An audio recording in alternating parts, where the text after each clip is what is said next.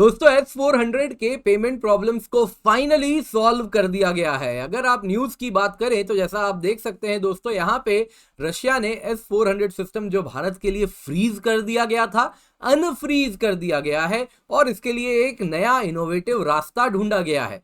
जी हाँ दोस्तों, भारत कह रहा है एक हाथ से लो, दूसरे से दो। क्या होने वाला है दोस्तों, भारत को रशिया दो, जो अगर आप देखें तो स्क्वाड्रंस थे S-400 के जो रशिया से भारत आने थे, लेकिन भारत कहीं ना कहीं रशिया को पे नहीं कर पा रहा था क्योंकि डॉलर फ्रीज हो चुके हैं। तो अब इसका एक इनोवेटिव रास्ता है जो कि एक ग्रैंड बार्टर है। इस दो S-400 के बदले में भारत 24 कार्गो शिप देने वाला है। इस प्रकार की न्यूज सामने आ चुकी है। आप देख सकते हैं रशियन इंडियन बार्टर की बात हो रही है, जिसमें दो S-400 करीबन $2 बिलियन का पेमेंट इंडिया को पे करना था। उसके लिए भारत 24 कार्गो शिप बना के देगा। तो आइए इस न्यूज को जरा डिटेल में देखते हैं। तो हुआ क्या था आपको बता देता हूं दोस्तों। जो डिलीवरी होनी थी दो S-400 के स्क्वाड्रन की, 3 तो ऑलरेडी आ चुका है, वो डिले हो गया था। कारण क्या था कि करेंसी ऑफ पेमेंट क्या हो उसको लेकर फाइनलाइज नहीं हो पा रहा था। दोस्तों यहां पे आपको बता देता हूं, ये जो पूरा S-400 का डील हुआ था ये रुपीज में हुआ था, सो दैट यूएस सैंक्शन का खतरा ज्यादा ना मंडराए। लेकिन आपको मालूम है रशिया यूक्रेन क्राइसिस होता है, जंग होती है, और उसके बाद से रशिया को S-400 के पेमेंट के लिए भारत को जो पैसे देने थे वो कहीं ना कहीं स्विफ्ट नेटवर्क से रशिया को निकाल दिया जाता है। और इसके साथ साथ रशिया के जो फॉरेन करेंसी रिजर्व्स थे वो भी फ्रीज हो जाते हैं, यानी कि Russia world wide financial system से अलग थलग हो जाता है, पूर्ण रूप से आइसोलेट हो जाता है।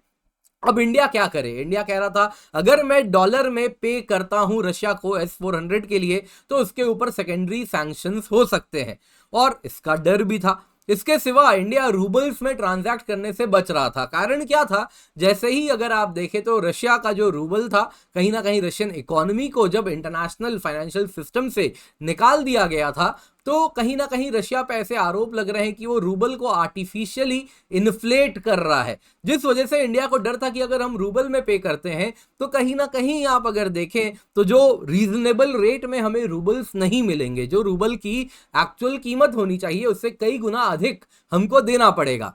तो क्या करें, ये स्टेलमेट था, ये कहीं ना कहीं हम फंसे हुए थे।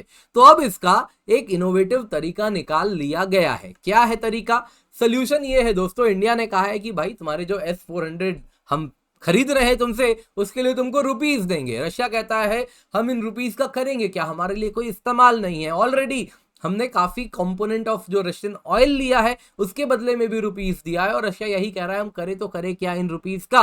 अब रशिया के लिए एक इस्तेमाल आ चुका है। इंडिया ने कहा है आप इन्हीं रुपीस से इंडिया से 24 कार्गो शिप खरीद लीजिए। दोस्तों कौन से कार्गो शिप हैं आपको बता देता हूं। ये दोस्तों कोलैबोरेशन हुआ है गोवा शिपयार्ड लिमिटेड और रशियन एक्सपोर्ट सेंटर के बीच में, जिसके अंतर्गत 2027 तक आप अगर देखें तो government of India owned military ship building company है गोवा शिपयार्ड लिमिटेड, ये 24 मरीन वेसल्स कार्गो शिप्स को असेंबल कर देगी। और ये जो कार्गो वेसल्स होंगी इनकी क्षमता है कि ये कैस्पियन सी में मूव कर पाएगी। तो दोस्तों इसका अगर आप फायदा देखें, सबसे पहले तो क्या हो रहा है कि इंडिया रुपीस में पेमेंट कर रहा है और कहीं ना कहीं इन रुपीस से इंडियन इकोनॉमी में ही और मैन्युफैक्चरिंग प्रमोट हो रही है। तो रशिया भी जो अटका हुआ था वो भी अपने पैसों को इस्तेमाल कर पा रहा है और नए कॉन्ड्यूट्स खुल गए हैं। अब रशिया के लिए समस्या थी कि वो रुपीस का करे तो करे क्या, अब उसके लिए इस्तेमाल सामने दिख रहा है कि अगर वो इंडिया के साथ रुपीस में ट्रेड करेगा तो इस प्रकार से रुपीस को यूज कर सकता है। इसके सिवा इंडिया ने टाइम एंड अगेन रशिया को कहा है कि हमारे पास ऑलरेडी अगर आप देखें तो जो हमारा सोवरेन वेल्थ फंड है, आपका जो भी पैसा है आप उसमें कहीं से भी लगाएं, और हमारा ऑलरेडी नेशनल इंफ्रास्ट्रक्चर फंड है, नेशनल इन्वेस्टमेंट इंफ्रास्ट्रक्चर फंड है, जिसमें आप पैसा लगा सकते हैं और रीजनेबल रिटर्न भी पाएंगे लॉन्ग टर्म में। हम उससे इंफ्रास्ट्रक्चर बनाते हैं और जो हमारा इन्वेस्टर होता है, जिसमें ऑलरेडी आपको मैंने बताया है अबू धाबी के इन्वेस्टमेंट हाउसेज हैं जिसमें इन्वॉल्व हैं, यूएई के इन्वेस्टमेंट हाउसेज हैं, उनके सोवरेन वेल्थ फंड है, वो इंडिया में पैसा लगा रहे हैं, इन कंपनीज में पैसा लगा रहे हैं, इन स्टॉक्स में पैसा लगा रहे हैं जो इंफ्रास्ट्रक्चर में ऑलरेडी इन्वॉल्व हैं और वो ठीक ठाक पैसा बना रही हैं। तो आप भी इंडिया से रुपीज में ट्रेड करें, हम तेल लेते हैं बदले में रुपीज देते हैं आपको, और इन रुपीज को आप इंडियन इकोनॉमी में लगा दें। तो ये रास्ता भी हो सकता है आने वाले दिनों में खुल जाए। लेकिन एज ऑफ नाउ एक रास्ता क्लियर हो गया है, S-400 के 2 स्क्वाड्रन भारत आ जाएंगे, क्योंकि उन पैसों के बदले में रशिया को अब इस्तेमाल मिल चुका है, जो कि 24 कार्गो शिप होंगे। जैसा मैंने आपको बताया, ये कैस्पियन सी होके कैस्पियन सी में मूव करने के लिए सक्षम होंगे ये शिप्स। अगर आप देखें तो कैस्पियन सी में कहीं ना कहीं आप देखें तो उसमें ट्रांसपोर्टेशन के लिए इन शिप्स का इस्तेमाल होना है, जिसका मतलब हो रहा है कहीं ना कहीं भारत INSTC को भी इन शिप्स के माध्यम से फैसिलिटेट करने वाला है। तो रशिया और इंडिया काफी बुलिश हैं international north south transport corridor में भी। आप देख सकते हैं दोस्तों, अगर हम INSTC की बात करें तो इसमें जैसा आप देख सकते हैं कि ये जो होने वाला है INSTC, अगर आप देखें तो दोस्तों ये कहीं ना कहीं आप देखें तो इंडिया से कॉरिडोर स्टार्ट होता है और फिर अगर आप देखें तो सेंट्रल एशिया होता हुआ रशिया तक कनेक्शन आपको देखने मिल रहा है। जैसा आप यहां पे देख सकते हैं, कैस्पियन सी है जो आपको मैं दिखा रहा हूं, और यहां पे आप देख सकते हैं मुंबई से स्टार्ट होगा,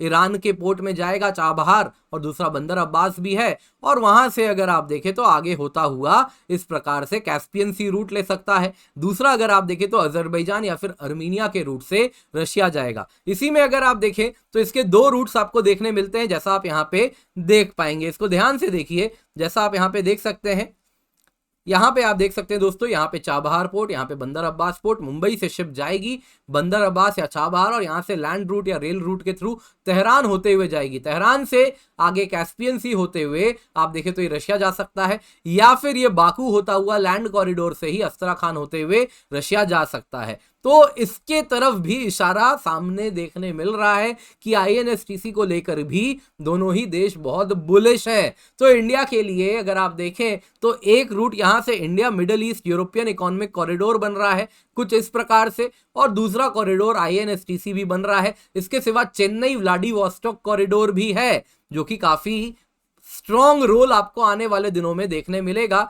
जैसे ही आर्कटिक सी वाले कॉरिडोर्स खुलेंगे, वो कॉरिडोर भी आने वाले दिनों में बहुत इंपॉर्टेंट हो जाएगा, चेन्नई व्लादिवोस्टोक कॉरिडोर, जो कि ऑलरेडी मैंने आपको बहुत बार बताया है। तो दोस्तों उम्मीद करता हूं आपको आज की वीडियो पसंद आई होगी, तो लाइक जरूर कीजिएगा, हमारे चैनल भारत संवाद को जरूर सब्सक्राइब करें।